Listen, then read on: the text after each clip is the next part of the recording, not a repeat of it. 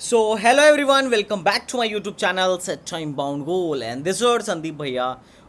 Today we are going to discuss about list of documents required for different counselling. In video में मैं ज़्यादा से ज़्यादा मैं कंसिडर करने वाला हूँ जोसा, AKTU, ट्रिपल MUT और HBTU को. अगर इन सारे काउंसलिंग्स में आपको बैठना है तो आपको कौन कौन सा डॉक्यूमेंट पहले से बनवा के रख लेना चाहिए, बिकॉज अभी ये काउंसलिंग स्टार्ट नहीं हुए हैं, लेकिन जून में सारे काउंसलिंग स्टार्ट हो जाएंगे. जोसा में थोड़ा सा टाइम लगेगा, तो उससे पहले डॉक्यूमेंट बनवा के रख लीजिए, वरना बड़ा पछताएंगे. क्योंकि ऑलरेडी आप में से बहुत सारे लोग हैं, मुझे पता है, जिन्होंने जेई मेन का फॉर्म भरते टाइम डॉक्यूमेंट में गड़बड़ी करी थी. जो लोग EWS थे और EWS जिन लोगों ने लगाया नहीं, इवन बाद में भी NTA ने ऑप्शन दिया था कि बेटा बस अगर EWS हो तो EWS चूज कर लो, बाद में सर्टिफिकेट लगा देना. फिर भी आप में से बहुत सारे लोगों ने नहीं लगाया. मेरे पास बहुत से ऐसे कॉल आते हैं. तो ये लिस्ट आपको पहले से इंश्योर करके रखना है कि आपके पास ये सारे डॉक्यूमेंट्स बने बनाए होने चाहिए. नया पुराना नहीं चलेगा, कान खुल के सुन लो. क्योंकि आप में से बहुत सारे लोग आ जाते हो ज्ञान देने की, भैया 3 साल के लिए वैलिड है. तो हमें तो आप कह देते हो कि 3 साल के लिए वैलिड है, देखो लिखा हुआ है. ये चीज़ जब जाके जोसा वालों को समझाओगे ना तो वो नहीं समझेंगे, और ना ही AKTU वाले समझेंगे. रीज़न इसका मैं अभी तुम्हें वीडियो में दे दूंगा. तो काउंसलिंग स्टार्ट होने से पहले आप लोगों से रिक्वेस्ट है कि ये बनवा लो. जो मैं फॉर्मेट बना रहा हूं, जो मैं फॉर्मेट बता रहा हूं, उस फॉर्मेट को फॉलो करना.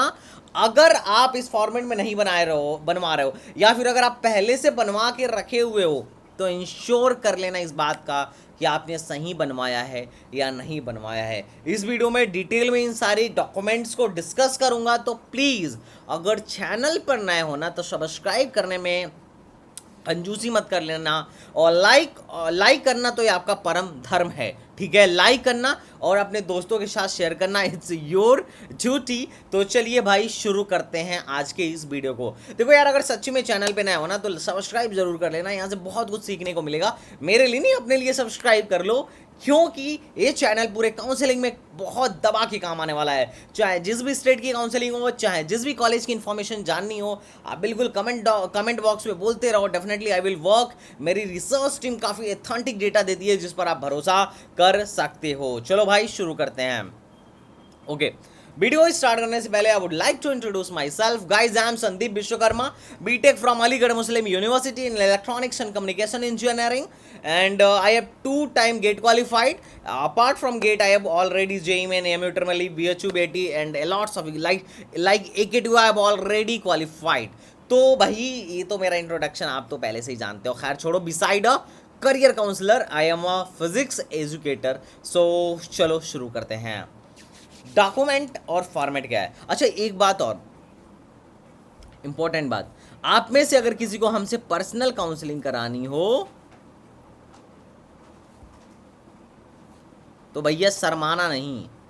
बिल्कुल डिस्क्रिप्शन में मैं लिंक दे देता हूँ, ऐप डाउनलोड करो, वहाँ से प्लान बाई करो और हमसे पर्सनल काउंसलिंग करा लो.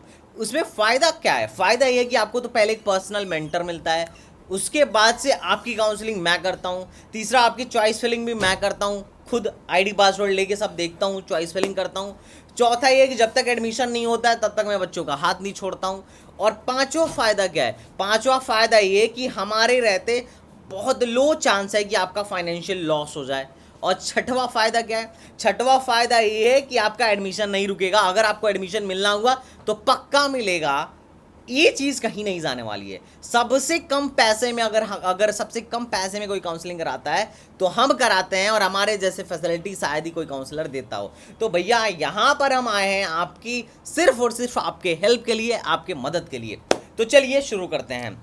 यहाँ पे मैं इन सबको कंसिडर करूँगा, जोसा, AKTU, HBTU, ट्रिपल MUT और CSMU. इनमें क्या क्या डॉक्यूमेंट्स लगने वाले हैं, क्या क्या आपको लेके जाना है, इसको आप समझते चलिए. सबसे पहले आपके पास जेई मेन का एडमिट कार्ड, जेई मेन का स्कोर कार्ड, 10th की ओरिजिनल मार्कशीट, 12th की ओरिजिनल मार्कशीट होना चाहिए. उसके बाद जब सीट अलॉट हो जाएगा तो आपको एक सीट अलॉटमेंट लेटर मिलेगा. नोट करके रख लो. ये उस टाइम पे मैं खुद आके दिखाऊंगा कि देखो भैया ये तुम्हारा सीट अलॉटमेंट लेटर है. यही आपको क्या करना होगा, लेके जाना होगा फिजिकल रिपोर्टिंग के टाइम में. क्योंकि एक एक चीज़ ओरिजिनल मैनुअली ये लोग क्या करेंगे, वहाँ पे वेरीफाई करेंगे. डिजी लॉकर वहाँ नहीं चलने वाला है. उसके बाद से TC और CC टीसी या माइग्रेशन, ये आपके पास होना चाहिए।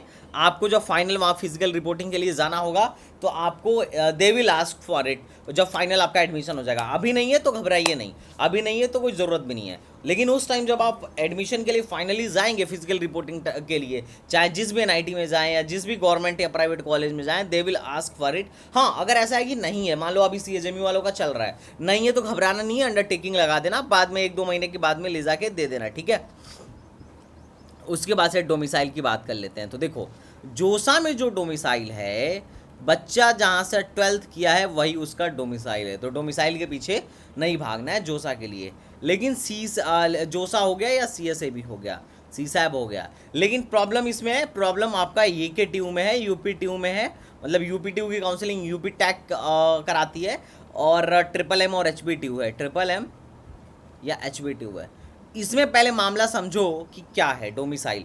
डोमिसाइल उन्हीं को दिया जाएगा जिनके पेरेंट्स यहाँ यूपी से बिलोंग करते हों। अगर उसने 12th यूपी से करा है तो डोमिसाइल सर्टिफिकेट बनवाने की नीड नहीं है, पर अगर उसने 12th आउटसाइड यूपी से करा है, मान लो कोई यूपी का बच्चा दिल्ली में पढ़ रहा है, तो उसे उस केस में डोमिसाइल बनवाना पड़ेगा या पेरेंट्स का डोमिसाइल लगाना पड़ेगा। ये ध्यान रखना, अगर आप आउटसाइडर हो, आउटसाइड से हो, आउटसाइडर हो, तो आपको लगवाना पड़ेगा। अच्छा, इन्होंने फॉर्मेट दे रखा है, या तो आप ये फॉर्मेट यूज करो, और बहुत हद तक कई ऐसा होता है कि हम जो यूपी गवर्नमेंट वाला फॉर्मेट बना के लेके आते हैं तो वो भी चल जाता है। लेकिन ये ध्यान समझो, डोमिसाइल का मामला क्या है। डोमिसाइल का मामला ये कि या तो बंदा यूपी से बिलोंग करता है और यूपी से ही 12th किया है, तो उसे क्या होगा कि कोई डोमिसाइल बनवाने की जरूरत नहीं है। लेकिन बाहर वाले बंदे को इस केस में, अगर कोई बंदा यूपी का है और उसने यूपी का बंदा है और लेकिन उसने दिल्ली से 12th कर लिया, तो अगर उसे यूपी में अपना डोमिसाइल हक जमाना है, यूपी में होम स्टेट बनना है, तो उसको डोमिसाइल सर्टिफिकेट बनवाना पड़ेगा या उसके पेरेंट्स का होना चाहिए, ध्यान रखना। ओके, अब बात करते हैं इनकम सर्टिफिकेट। तो देखो, इनकम सर्टिफिकेट का बड़ा महत्व है, इनकम सर्टिफिकेट बहुत ज़रूरी है। अब इनकम सर्टिफिकेट को समझो क्यों हमें बनवाना है और क्यों यह ज़रूरी है। अच्छा, कई बार ऐसा होता है कि डोमिसाइल नहीं होता है तो लोगों को लगता है एडमिशन नहीं होगा, ऐसा कुछ भी नहीं है, होगा। इनकम नहीं है तो भी एडमिशन होगा, लेकिन उसका लॉस आपको होगा, ठीक है। अभी इनकम सर्टिफिकेट समझो। देखो, मैं पहले जोसा की बात कर लेता हूँ। जोसा में क्या है, अगर आपकी फीस 1 लाख से कम है, लेस देन 1 लाख है, तो आपका ट्यूशन फीस फुल माफ़ हो जाएगा, फुल फी वेवर मिल जाएगा। और अगर 1 लाख से लेके 5 लाख के बीच में है तो आपका 2/3 माफ़ हो जाता है, 2/3 माफ़ हो जाता है। अच्छा जी, तो एक कैसे पता चलेगा आपका फीस माफ़ होगा कि नहीं होगा एनआईटीज़ आईटीज़ में? आपके इनकम सर्टिफिकेट से। आप अगर इनकम सर्टिफिकेट बनवा ले रहे हो तो ठीक बात है, आपका फीस माफ़ होगा। अगर आपके पास इनकम सर्टिफिकेट नहीं है तो ऐसा नहीं है कि एडमिशन नहीं होगा, उस केस में आपकी फीस वगैरह माफ़ नहीं होगी, तो एक सीधी सीधा आपका लॉस है। इनकम सर्टिफिकेट बनवाना है। अच्छा, ये 1 अप्रैल के बाद का होना चाहिए, 1 अप्रैल 2023 के बाद का। अगर इस ईयर में लेने जा रहे हो एडमिशन, तो 1 अप्रैल का बाद का मस्ट है कि आपका 31 मार्च के बाद का ही होना चाहिए। ये ध्यान रख लेना, इनकम में कोई गुंजाइश नहीं है। सेम चीज़ एकेटीयू के लिए भी है। एकेटीयू में भी क्या होता है, FW सीट मिलता है। FW मतलब फी वेवर सीट मिलता है किनको? जिनके पेरेंट्स की इनकम 5 लाख से कम हो, 5 लाख से कम हो। तो अगर आपके पास 5 लाख से कम का इनकम सर्टिफिकेट है तो आपको FW सीट यूपी में मिल जाएगा, या MMM में मिल जाएगा, या HBTU में मिल जाएगा, अगर आपका इनकम इससे कम है तो भाई इस दशा में आपको बिल्कुल बनवाना चाहिए। अगर आप नहीं बनवाओगे तो नुकसान है, ठीक है, ये ध्यान रख लीजिएगा। लेकिन ऐसा नहीं है कि ये नहीं है तो आपका एडमिशन नहीं होगा, ये गलत बात है, बिल्कुल हो जाएगा। अच्छा, एक चीज़ और इसका और फ़ायदा है, इनकम का एक और फ़ायदा है स्कॉलरशिप में। चाहे आप यूपी स्कॉलरशिप भरो या फिर क्या भरो, यूपी स्कॉलरशिप भरो या फिर आप क्या भरो, सेंट्रल स्कॉलरशिप भरो। अब जैसे माइनॉरिटी वाले हैं, SC ST वाले सेंट्रल भरते हैं ज़्यादा, तो भैया आपका 2.5 लाख से कम का होना चाहिए, तभी आप स्कॉलरशिप भर पाओगे। और OBC जनरल के लिए 2 लाख से कम का इनकम सर्टिफिकेट हो तभी आप यूपी वाला भर पाओगे। ध्यान रखिएगा, अगर आपको स्कॉलरशिप चाहिए बीटेक में तो ये बहुत ज़रूरी है। आप बीटेक में स्कॉलरशिप दबा के मिलता है, जैसे अगर आप AKTU में पढ़ रहे हो तो आपकी स्कॉलरशिप 55 से 60 हज़ार आने वाली है, जनरल OBC की। और अगर आप SC ST हो तो 1 लाख से 1,10,000 आने वाली है। तो 1,10,000 अगर आपको मिल रहा है तो फर्स्ट ईयर से ही आपको बाइक खरीदने का पूरा फुल प्रबंध कर दे रही है गवर्नमेंट। मजाक कर रहा हूँ। तो क्या है कि आपके पास पैसा बहुत ज़्यादा हो जाएगा, तो आपको इसलिए इनकम सर्टिफिकेट जरूरी बनवा के रखना है। स्कॉलरशिप मिलेगी कैसे, इसके बारे में हम डिटेल नेक्स्ट किसी वीडियो में बात कर लेंगे, ठीक है। अब बात करते हैं मेडिकल सर्टिफिकेट की। अब देखो मेडिकल सर्टिफिकेट अभी नहीं बनवाना है, सिंपल सा लॉजिक है। मेडिकल सर्टिफिकेट अपने को बनवाना है एडमिशन मिलने के बाद। अगर AKTU में एडमिशन मिलेगा तो AKTU के फॉर्मेट में बनवा लेंगे। जोसा में एडमिशन मिलेगा, NIT प्लस सिस्टम में एडमिशन मिलेगा तो जोसा के फॉर्मेट में बनवा लेंगे। बनवाना कहाँ से होता है, बनवाना है सरकारी जो भी मेडिकल कॉलेज हो या सरकारी हॉस्पिटल हो वहाँ से, CMO से बनता है वहाँ पे। उसका मैं फॉर्मेट आपको दिखा देता हूँ, उसका मैं एक्चुअली फॉर्मेट डाल दूंगा। दिखाने में तो और टाइम लग जाएगा, फालतू का टाइम वेस्ट ही है। जैसे यहाँ पे इन्होंने इनका सारा AKTU वालों का फॉर्मेट है, सारा फॉर्मेट मैं डाल दूंगा, ठीक है। इन्होंने SC ST का भी फॉर्मेट दे रखा है। अगर कुछ ना समझ में आए तो इसी फॉर्मेट में बनवा लेना और मजिस्ट्रेट से मुहर लगवा लेना, ख़त्म। लेकिन अगर तुमने बनवा रखा है गवर्नमेंट का तो अच्छी बात है, ठीक है। कहाँ गया है, ये मेडिकल है, ये मेडिकल सर्टिफिकेट है, मेडिकल सर्टिफिकेट है, ठीक है। एक कॉलेज अलॉट होने के बाद बनवाना है।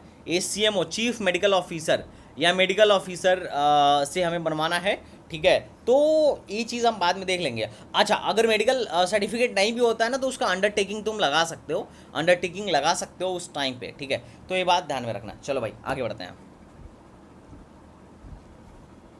ठीक है। अब आते हैं कैटेगरी सर्टिफिकेट पे। This is very very very important certificate, इसके बिना सारा कुछ अधूरा है, इसके बिना सारा कुछ अधूरा है। और बच्चों को लगता है भैया OBC कैटेगरी का किस हिसाब से फ़ायदा हो रहा है, SC कैटेगरी का किस हिसाब से फ़ायदा हो रहा है, तो अभी मैं तुम्हें दिखाऊंगा, देखो। अगर जोश, पहले हम बात कर लेते हैं दोनों के लिए। अगर तुम जोसा में बैठने वाले हो, मैं इसे ही रेस कर देता हूँ, बात को समझो मेरे दोस्त। अगर तुम जोसा में बैठने वाले हो तो अगर तुम OBC हो तो जो भी तुम्हारा लगेगा सेंट्रल का लगेगा, ठीक है, सेंट्रल का लगेगा। और अगर तुम AKTU में बैठने वाले हो तो AKTU या स्टेट के कॉलेज में बैठने वाले हो, AKTU या स्टेट के कॉलेज में बैठने वाले हो तो जो भी लगेगा तुम्हारा स्टेट का लगेगा। अब कन्फ्यूजन यहाँ बड़ा दिक्कत वाली बात है, मैं बताता हूँ, एक एक कन्फ्यूजन यहाँ क्लियर करता हूँ। कुछ लोग हमारे स्टेट के UP में OBC होते हैं और सेंट्रल में क्या होते हैं, EWS होते हैं या जनरल होते हैं। अब जो बंदा सेंट्रल में जनरल है उसका UP में कट जाता है। मैं बताता हूँ कैसे कटता है। जैसे मान लो मैं हूँ संदीप, ठीक है। अब मैं UP गवर्नमेंट के हिसाब से OBC हूँ, UP गवर्नमेंट ने मुझे OBC का आरक्षण दे रखा है और सेंट्रल गवर्नमेंट ने मुझे जनरल बना रखा है कि मैं जनरल हूँ। अब JEE मेन के रैंक पे समझना, JEE मेन का फॉर्म भरते टाइम मैं सोचा कि भैया JEE मेन तो सेंट्रल लेवल का है, इससे सेंट्रल लेवल में एडमिशन होता है। सेंट्रल लेवल मतलब IIT NIT में एडमिशन लेना होता है, तो उनके लिए तो मैं क्या हूँ, जनरल हूँ, तो मैंने जनरल डाल दिया। लेकिन मेरी रैंक उतनी अच्छी नहीं आई। अब मैं इस स्टेट में बैठना चाहता हूँ, मान लो UP में बैठना चाहता हूँ। अब मैं जब UP में आऊँगा तो यहाँ पे भी ये लोग बोलेंगे कि तुम जनरल ही हो। रीज़न, ये बोलेंगे OBC रैंक है, तुम बोलोगे कि नहीं सर हमारे पास OBC सर्टिफिकेट है पर OBC रैंक नहीं है, क्योंकि मैंने वहाँ पे ना जो NTA वाला फॉर्म भरते टाइम मैंने जनरल डाल रखा था। तो ये बोलेंगे कि फिर तो हम कुछ कर नहीं सकते हैं, तुम्हारे पास OBC रैंक नहीं है तो तुम जाओ। हाँ, अगर कोई कॉलेज तुम्हारी OBC रैंक बनाती है तो OBC का फ़ायदा देगी, और अगर OBC रैंक नहीं बनाती है तो OBC का फ़ायदा नहीं देगी। यहाँ पे OBC वालों का बड़ा गंदा कट जाता है, जबकि इसके लिए बच्चे रिस्पॉन्सिबल नहीं हैं, कहीं से भी बच्चे रिस्पॉन्सिबल नहीं है। ये सिस्टम की ही कमी है भाई। तुम सोच के देखो ना, हम अगर AKTU होता, सपोज दैट मान लेते हैं AKTU होता या MMM अपना एग्ज़ाम लेता या CHMU अपना एग्ज़ाम लेता या HBTU अपना एग्ज़ाम लेता खुद का, तो क्या हमें OBC का फ़ायदा मिलता कि नहीं? हाँ सर बिल्कुल मिलता, क्योंकि उस एग्ज़ाम में हम डालते कि हम स्टेट में क्या हैं, OBC हैं, तो हमें OBC का उस टाइम पे उस वक्त पे क्या मिलता, फ़ायदा मिलता। लेकिन ये लोग सब लोग JEE मेन के आधार पे कर दिए हैं, लेकिन इस चीज़ को ये लोग सोचते ही नहीं है कि भैया जिन लोगों का ऐसा है कि जो सेंट्रल में, जो स्टेट में कुछ और है, सेंट्रल ने कुछ और बना रखा है, इनके लिए क्या करना है। इसके लिए बहुत कम ही लोगों ने निवारण रखा है। इनके लिए एक ही उपाय है कि OBC की रैंक अलग से क्रिएट की जाए, या अगर EWS का कोई बंदा है तो उसके लिए भी अलग से क्रिएट किया जाए। बहुत बार ऐसा बच्चा होता है कि NTA का फॉर्म भरते टाइम EWS के बजाय जनरल डाल देता है, क्योंकि EWS सर्टिफिकेट नहीं होता है, तो बाद में उसको EWS कैसे दिया जाए इसका कोई वो नहीं है। हालांकि इस बार NTA ने बहुत बढ़िया काम किया था, उसने ईडब्ल्यूएस को डालने के लिए बोला था बाद में कि अच्छा अगर आपने गलती से जनरल डाल दिया है और अभी आपके पास अब और आप ईडब्ल्यूएस हैं तो एक बार लास्ट में उसने मौका दिया था कि आप उसे रीचेंज कर दीजिए, लेकिन बहुत लोगों ने किया नहीं। ये तो खैर ईडब्ल्यूएस वालों की गलती है, पर ओबीसी के साथ तो साफ साफ कट रहा है। लेकिन ध्यान दो, जो लोग दोनों जगह ओबीसी हैं उनको क्या करना है, जोसा के लिए सेंट्रल के फॉर्मेट में बनवाना है, सेंट्रल के फॉर्मेट में बनवाना है, और एकेटीओ और स्टेट के लिए स्टेट फॉर्मेट में बनाना है। अच्छा, अगर किसी का कटा हो, कोई ओबीसी वाला कैंडिडेट ऐसा हो जिसका कटा हो, तो प्लीज़ मुझे बताना कमेंट बॉक्स में कि क्या मैं तुम्हारी क्वारी सॉल्व कर पाया या नहीं कर पाया, ठीक है। हालांकि जब तुम्हें स्कॉलरशिप लेना होगा ना तो ओबीसी बनवाना मस्ट होगा। भले तुम्हें जनरल बना के एडमिशन दिया जा रहा है, लेकिन तुम्हें ओबीसी समाज कल्याण विभाग द्वारा ही पैसा मिलेगा, तो ये ध्यान रखना। ओबीसी सर्टिफिकेट तुम्हें भी बनवा के रखना है अगर तुम स्कॉलरशिप की उपेक्षा करते हो तो, ठीक है। तो ईडब्ल्यूएस इकोनॉमिकल वीकर सेशन वाले क्या करेंगे, ईडब्ल्यूएस बनवाएंगे, ओबीसी वाले ओबीसी सर्टिफिकेट बनवाएंगे, एससी वाले एससी सर्टिफिकेट बनवाएंगे, एसटी वाले एसटी सर्टिफिकेट बनवाएंगे, और जो प्योर जनरल है उनके लिए कोई सर्टिफिकेट की नीड नहीं है, ठीक है। अगर तुम नहीं बनवा पाए मान लो, तो उस केस में तुमको जनरल में जनरली कन्वर्ट कर दिया जाता है, ठीक है। अब बात करते हैं गैप एफिडेविट का। अगर किसी ने 10th के बाद से 12th के बाद से गैप किया है, 12th हुआ और इधर एडमिशन नहीं ले रहा है, 1 साल तैयारी कर रहा है या 2 साल तैयारी कर रहा है या 3 साल तैयारी कर रहा है, तो उसे गैप एफिडेविट बनवाना पड़ता है। क्या बनवाना पड़ता है, गैप एफिडेविट बनवाना पड़ता है। ये तुम जाके कचहरी में भी बनवा सकते हो, कचहरी से बोल के बनवा सकते हो, या फिर तुम इनके फॉर्मेट में भी बनवा सकते हो, दोनों चल जाएगा। हालांकि ये अपना फॉर्मेट देते हैं, पर मैं तो अपने टाइम में कचहरी से बनवा के लेके गया था, मुझे ज़्यादा पता नहीं था फॉर्मेट के बारे में। अब बात करते हैं सब कैटेगरी के बारे में। अब देखो, पहला एक होता है हैंडीकैप्ड। अब ये हैंडीकैप्ड एक सब कैटेगरी है, मतलब जो शारीरिक रूप से विकलांग है, दिव्यांगजन है, उनका यहाँ पे रिजर्वेशन है, और उनको क्या करना पड़ेगा, इनके फॉर्मेट पे। अब जोसा का अपना अलग फॉर्मेट है, इनका अपना अलग फॉर्मेट है। और एक और चीज़ है कि जो जनरल बनता है तुम वो भी लेके जा सकते हो, लेकिन जब तुम फिजिकल वेरिफिकेशन पे जाओगे तो एनआईटी वाले तो अपने डॉक्टर से एक बार वेरीफाई भी करवाते हैं। एनआईटीज़ वगैरह आईटीज़ वगैरह में अगर तुम्हारा एडमिशन हो रहा है तो वहाँ का अगर तुमने फर्जी बनवा लिया तो वहाँ का डॉक्टर चेक करेगा कि कितना % डिसेबिलिटी है, 40% है कि नहीं है। अगर फर्जी पाए गए तो सीट भी कैंसिल हो जाएगा। तो फर्जी नहीं बनवाना है, डिसेबिलिटी रियल काम करना है, ठीक है। और आर्म फोर्सेस का भी यहाँ पे क्या है, जो भी लोग आर्म फोर्सेस में हैं उनका भी रिजर्वेशन है, और फ्रीडम फाइटर का भी रिजर्वेशन है। अब देखो, अब मैं दिखा देता हूँ आपको, आप एक फॉर्मेट में दिखा देता हूँ, सारा फॉर्मेट में टेलीग्राम ग्रुप या वेबसाइट या नीचे डिस्क्रिप्शन में डाल दूंगा, आप वहाँ से डाउनलोड कर लेना, ठीक है। जैसे ये इनका है, हैंडीकैप्ड वालों का है, दिव्यांगजन लोगों का है कि इतना मिनिमम टाइप 1 में इतना विजुअल ये होना चाहिए, डिसेबिलिटी फलाना ढमकाना, देख लेना। ये उनके लिए है, आर्म फोर्सेस के लिए, ठीक है। आर्म फोर्सेस के लिए ये है कि अंतिम यूनिट के कमांडिंग ऑफिसर या जिला कल्याण बोर्ड द्वारा, ठीक है। तो अब कई लोगों को ये लगता है कि सिर्फ और सिर्फ जो है, कई लोगों का ये मानना है कि सिर्फ और सिर्फ जो है रिटायर्ड पर्सन के लिए है, जबकि ये सही नहीं है।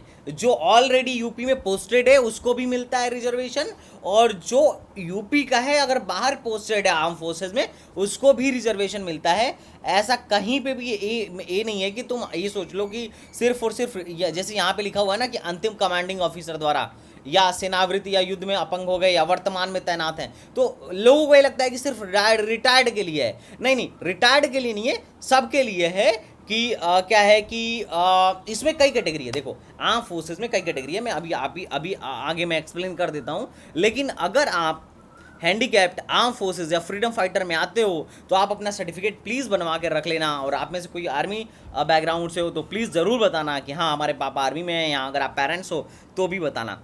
उसके बाद से रजिस्ट्रेशन का फिर रिसिप्ट लेके जाओगे, वो तो बाद में मैं बता दूंगा जब जाना होगा तो। और सीट एक्सेप्टेंस फीस का सीट रिसिप्ट लेके जाओगे। अभी जब तुम्हें सीट मिलता है ना तो 20,000 का फीस, सीट एक्सेप्टेंस फीस जमा करना पड़ता है एकेटीयू में, और जोसा में 35,000 का। तो वो तो अलग मसला है, जो भी होगा, ठीक है। अब कैटेगरी में जो है ईडब्ल्यूएस, एनसीएल, ध्यान रखना, ओबीसी, एनसीएल, इज मस्ट और SC ST certificate is must. Disability में आप ध्यान रख लेना, मेडिकल सर्टिफिकेट बाद में बनवाना है, अभी बनवाना नहीं है। अब जो इंपॉर्टेंट है दैट इज रूलर वेटेज, ये है रूलर वेटेज। रूलर वेटेज का क्या मामला है, अगर आपका स्कूल जो है ग्रामीण क्षेत्र में है तो आपको रूलर वेटेज दिया जाता है। रूलर वेटेज के लिए सबसे ज़्यादा इंपॉर्टेंट चीज़ ये है, रूलर वेटेज के लिए सबसे ज़्यादा इंपॉर्टेंट चीज़ ये है कि आप इनके अकॉर्डिंग बनवाएं। ठीक है, मैं दिखा देता हूँ। आपको अपने प्रधानाचार्य से जाके बनवाना होता है। ठीक है, कहाँ गया, ये तो AWS का है, मैं दिखा देता हूँ इसको जस्ट। हाँ, ये है रूलर वेटेज के लिए, उस पर मुहर लगवा लेना प्रधानाचार्य से, बात खत्म। अगर आपका ग्रामीण क्षेत्र में आता है, अगर उत्तर प्रदेश के ग्रामीण क्षेत्र में स्थित है आपका जो स्कूल कॉलेज जो भी है आता है, तो बस नाम वाम लिखवा के हस्ताक्षर करवा के मामला खत्म करवा देना। ठीक है, ओके, ठीक है। तो यही रहा रूलर वेटेज का। देखो रूलर वेटेज का बहुत फ़ायदा होगा मेरे भाई, रूलर वेटेज का बहुत ज़्यादा फ़ायदा होने वाला है। और ये एजुकेशन स्कॉलरशिप वो लोग हैं जिनके पेरेंट्स वो क्या हो गए, या तो शहीद हो गए, या फिजिकली डिसेबल हो गए, या वॉर में मिस हो गए, उन लोगों को ये मिलता है, तो उनको ये बनवा के रखना है। तो आई थिंक आप लोग को समझ में आ गया होगा कि आपको क्या क्या बनवा के रखना है, और सारा सर्टिफिकेट का फॉर्मेट मैं डिस्क्रिप्शन में दे देता हूँ। अब हम बात कर लेते हैं रिजर्वेशन का क्या हिसाब किताब है। तो देखो दो तरीके का, एक तो कैटेगरी होता है और दूसरा सब कैटेगरी होता है। अब ये जो कैटेगरी है वर्टिकल रिजर्वेशन होता है, और सब कैटेगरी जो होता है हॉरिजॉन्टल रिजर्वेशन होता है। अब एक बंदा एक वर्टिकल ले सकता है और एक हॉरिजॉन्टल भी ले सकता है। ठीक है, मतलब ऐसे समझ लेना। ठीक है, जैसे मतलब SC का 21% का रिजर्वेशन है, और ST का 2% का रिजर्वेशन है, और ST का OBC का 27% का रिजर्वेशन है। फ्रीडम फाइटर का 2% का रिजर्वेशन है। ठीक है, अब देखो फ्रीडम फाइटर का अगर किसी के पापा मतलब जिनके पेरेंट्स फ्रीडम फाइटर रहे हों, उनका 2% का रिजर्वेशन है। अब देखो सन या daughter of defence person of UP either retired, अगर रिटायर्ड हुआ हो, या किल्ड या डिसेबल्ड इन एक्शन हुआ हो, या फिर डिफेंस में कहीं पोस्टेड हो यूपी में, या फिर यूपी के हो और यूपी के बाहर पोस्टेड हो, तो उनको 5% का रिजर्वेशन है। 5% का, ये ध्यान रखना, इसका अच्छा खासा रिजर्वेशन है। दिव्यांगजन का, हैंडीकैप्ड का 3% का रिजर्वेशन है। फीमेल का 20% का रिजर्वेशन है। भाई साहब AK2 का रिजर्वेशन मैं दिखा रहा हूँ, इट्स नॉट अ जोसा रिजर्वेशन। अगर तुम्हें कभी डाउट होगा तो जोसा का भी दिखा दूंगा। तो इतना रिजर्वेशन है, ये सारे रिजर्वेशन आपको मिलेंगे। जो जो सर्टिफिकेट मैंने बोला है उसको आपको बनवा के रख लेना है। अगर आप बनवा के रख ले रहे हो तो मिलेगा। अब अब बच्चों को ये नहीं समझ में आता है कि भैया ये रिजर्वेशन पॉलिसी काम कैसे करता है। हमको जो सीट मिलती है वो जनरल, मान लो मैं OBC हूँ, Sandeep Vishwakarma is a OBC candidate, तो इसको जनरल मान लो, मेरी जनरल रैंक जो है मान लो 50,000 है, 50K है, और OBC रैंक जो है मान लेते हैं मेरा 16K है या 15K है। अब बच्चा यही पूछेगा कि भैया अगर मैं UPTU में बैठता हूँ तो मुझे जनरल रैंक से एडमिशन दिया जाएगा या CRL रैंक से एडमिशन दिया जाएगा, OBC रैंक से एडमिशन दिया जाएगा। इट्स माई CRL, अब समझना, और इट्स माई BC रैंक।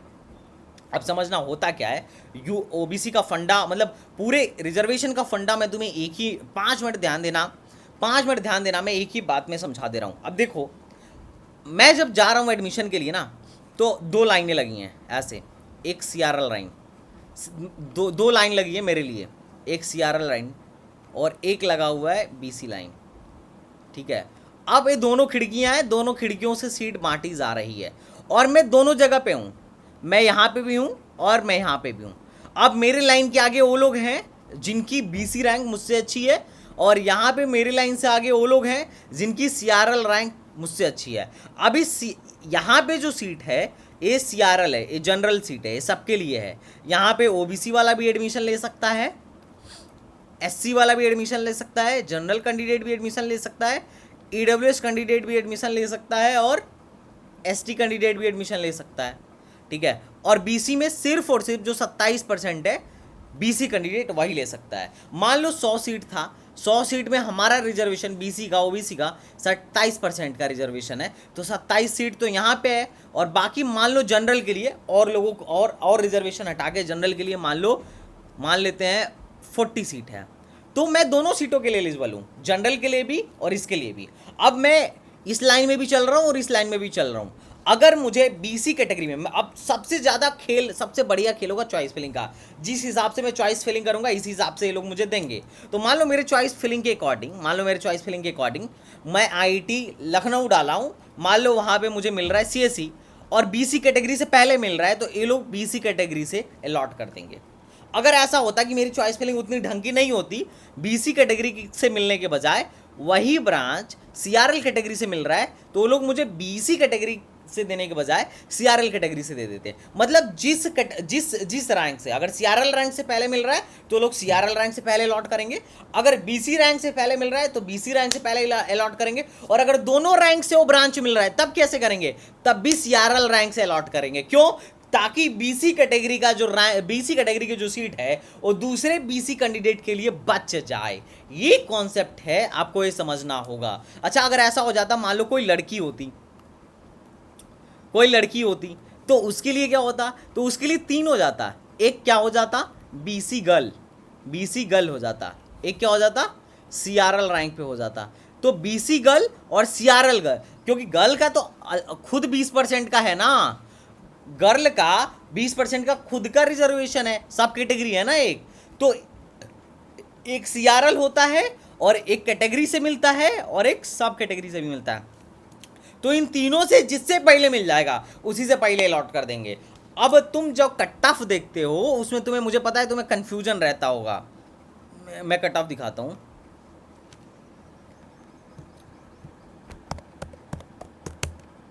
पता नहीं तुम लोगों को समझ में आया कि नहीं आया, बट मैंने कोशिश ये किया कि आप लोग को समझ में आ जाए, ठीक है। कहाँ गया यूपी टेक वाला? अब कट ऑफ में जो निकाला जाता है ना, सारा का सारा सीआरएल रैंक निकाला जाता है। लेकिन सीआरएल रैंक इन्होंने निकाला, इसका मतलब ये नहीं है, मान लो कोई कॉलेज है, मान लो चौथे राउंड पे कोई कॉलेज मिल रहा है, एक तो इनकी वेबसाइट ही बड़ा ढीली है।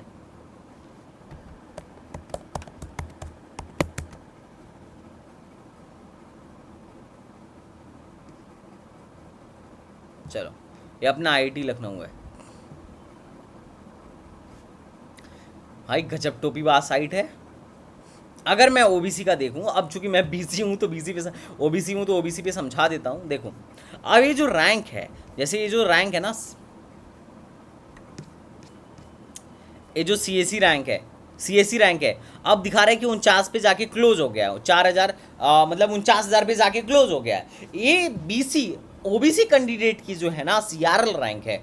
अब ऐसा ये जरूरी नहीं है कि सीआरएल रैंक से मिला हो, लेकिन ये जो कट ऑफ निकालते हैं उसमें सुविधा के लिए सिर्फ और सिर्फ सीआरएल रैंक निकालते हैं कि इस बीसी कैटेगरी की इस सीआरएल रैंक की थी, इसका एडमिशन यहाँ पे हो गया। हो सकता है कि बीसी कैटेगरी के रैंक से मिला हो, इसमें कोई गारंटी नहीं है कि ये सीआरएल से ही मिला होगा। जैसे अगर तुम राउंड 2 निकालो या राउंड 1 निकालो तो देखो,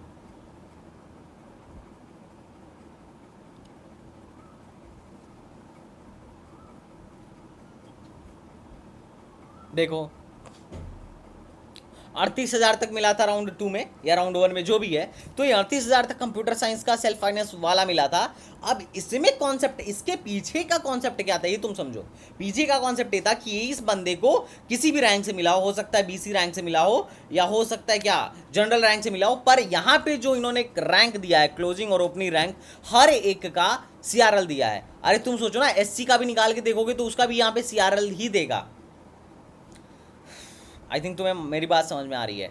लेकिन जो पीछे जो कार्यक्रम होता है कि किस आधार पे सीट बटेगी, वो कार्यक्रम जो होता है तुम समझ गए होगे। यहाँ पे देखो, इसको कंप्यूटर साइंस इनको 93,000 रैंक तक मिला था एससी कैटेगरी होम स्टेट को।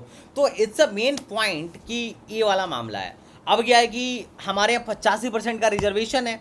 अब यूपी की अगर मैं बात करूँ, अगर मैं सिर्फ और सिर्फ यूपी की बात करूँ, तो AKTU में क्या है, होम स्टेट का रिजर्वेशन है, होम स्टेट का 85% तक रिजर्वेशन है। अब हमारे यहाँ गवर्नमेंट कॉलेज भी हैं, प्राइवेट कॉलेज भी हैं। अब प्राइवेट कॉलेज में क्या लेना देना है, प्राइवेट कॉलेज का क्या हिसाब किताब है कि प्राइवेट कॉलेज में आई थिंक 15% सीट जो होती है NRI या मैनेजमेंट कोटा से दी जा सकती है, लेकिन बाकी की जो 85% सीट है ये मैंडेटरी है कि आपको काउंसलिंग के थ्रू ही लेना है। और तुम यकीन नहीं मानोगे, हर साल इनके यहाँ सीटें बच जाती हैं, बहुत सारे प्राइवेट इंस्टीट्यूशन की सीटें बच जाती हैं। और जो अच्छे प्राइवेट वाले हैं वो तो चाहते हैं कि सारा हम मैनेजमेंट कोटा से ही घुसा पैसा ले ले हैं, तो यूपी में थोड़ा सा ये है। तो आई थिंक तुम्हें ये कॉन्सेप्ट समझ में आ गया होगा। और कोई भी प्राइवेट कॉलेज 25% से ज़्यादा अदर स्टेट के बच्चे को एडमिशन नहीं दे सकता है, अदर स्टेट के बच्चे को एडमिशन नहीं दे सकता है। तो जो भी अदर स्टेट वाले डायरेक्ट एडमिशन ले रहे हैं यूपी में आके, भाई सब कुछ सोच समझ के एडमिशन लेना, ऐसा ना कि तुम्हारा भी हाल GL बजाज, अरे कौन वो एक कॉलेज था उसके जैसा हो जाए। तो इस बात का आपको ध्यान रखना है। और इसके अलावा आपके मन में अगर कोई भी डाउट हो, कोई भी पॉइंट छूटा रह गया हो, तो प्लीज़ यार let me know, definitely I will try to help you. तो चलिए मिलते हैं नेक्स्ट वीडियो में, तब तक के लिए बाय बाय, टाटा एंड जय हिंद।